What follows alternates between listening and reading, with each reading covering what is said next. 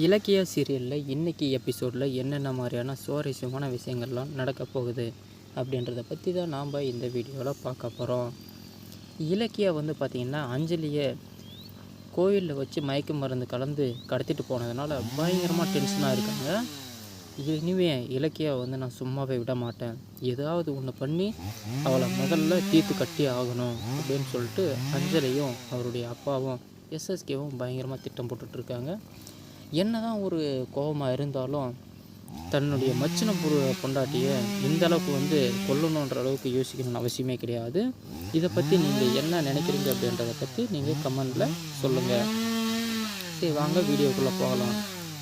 இனிமேலும் இலக்கியாவை விட்டு வச்சுருந்தா நமக்கு தான் ஆபத்து, இந்த சொத்து நம்மளுக்கு கிடைக்காமலே போயிடும் அப்படின்னு நினச்ச நம்ம அஞ்சலி உடனே அவங்க அப்பாவுக்கு கால் பண்ணி எங்கேயாவது வாங்க, ஒரு புது இடத்துக்கு போய் பேசுவோம் அப்படின்னு சொல்லிட்டு வர வைக்கிறாங்க.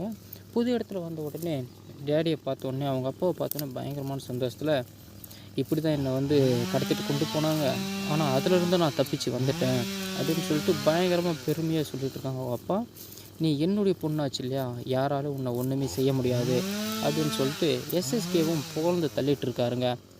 இதெல்லாமே பார்த்திங்கன்னா இலக்கியா மறைஞ்சிருந்து பார்த்துட்ருக்கா. இன்னும் என்னென்னலாம் பண்ணுறதுக்கு இருக்காளோ இவ தெரியலையே, சாத்தானை விட மோசமானவளாக இருக்கா அப்படின்னு சொல்லிட்டு நினச்சிட்ருக்கா. இதை எப்படியாவது நம்ம ஜானகியம்மாக்கிட்டையும் கார்த்திகிட்டையும் காட்டியே ஆகணும் அப்படின்னு சொல்லிட்டு தன்னுடைய மொபைலில் இவங்க பேசிகிட்டு இருக்கிறது எல்லாத்தையுமே பார்த்திங்கன்னா வீடியோ கவர் பண்ணிகிட்ருக்காங்க. நம்ம எப்படி நிரூபிக்க முடியாது, இது எப்படியாவது பண்ணால் தான் உண்டு அப்படின்னு சொல்லிட்டு இவங்க பேசுகிறது எல்லாத்தையும் வீடியோ ரெக்கார்ட் பண்ணிகிட்ருக்கான். இதை பார்த்துட்டு இருக்கும்போது யாரோ இருக்கிறத அஞ்சலி நோட் பண்ணுறாங்க. யாராவது இருக்காங்களோ என்னவோ பின்தொடர்ந்து வந்திருப்பாங்களோ அப்படின்னு சொல்லிட்டு சந்தேகத்தின் பேரில் செக் பண்ண ஆரம்பிக்கிறான். உடனே நம்ம இலக்கியாவுடைய புடவை கலரை பார்த்த உடனே ஷாக் ஆகிடுறாங்க. ஓ, இங்கே தான் இருக்கியா நீ அப்படின்னு சொல்லிட்டு அஞ்சலியும் உஷாராயிடுறாங்க. அஞ்சலியா கொக்கா எந்த ஒரு விஷயத்துலையுமே மாட்டாத ஒரு கேடி அப்படின்னா நம்ம அஞ்சலியை தாங்க சொல்லணும். இவ்வளவும் பண்ணுறது ஒரே ஒரு சின்ன விஷயத்துக்காக தாங்க. என்ன தான் பழக்க வழக்கங்கள் இருந்தாலுமே ஒரு சொத்துக்காக ஒரு ஆளை கொல்லணும்னு நினைக்கிறது மிகப்பெரிய தப்புன்னு தாங்க சொல்லுவேன்.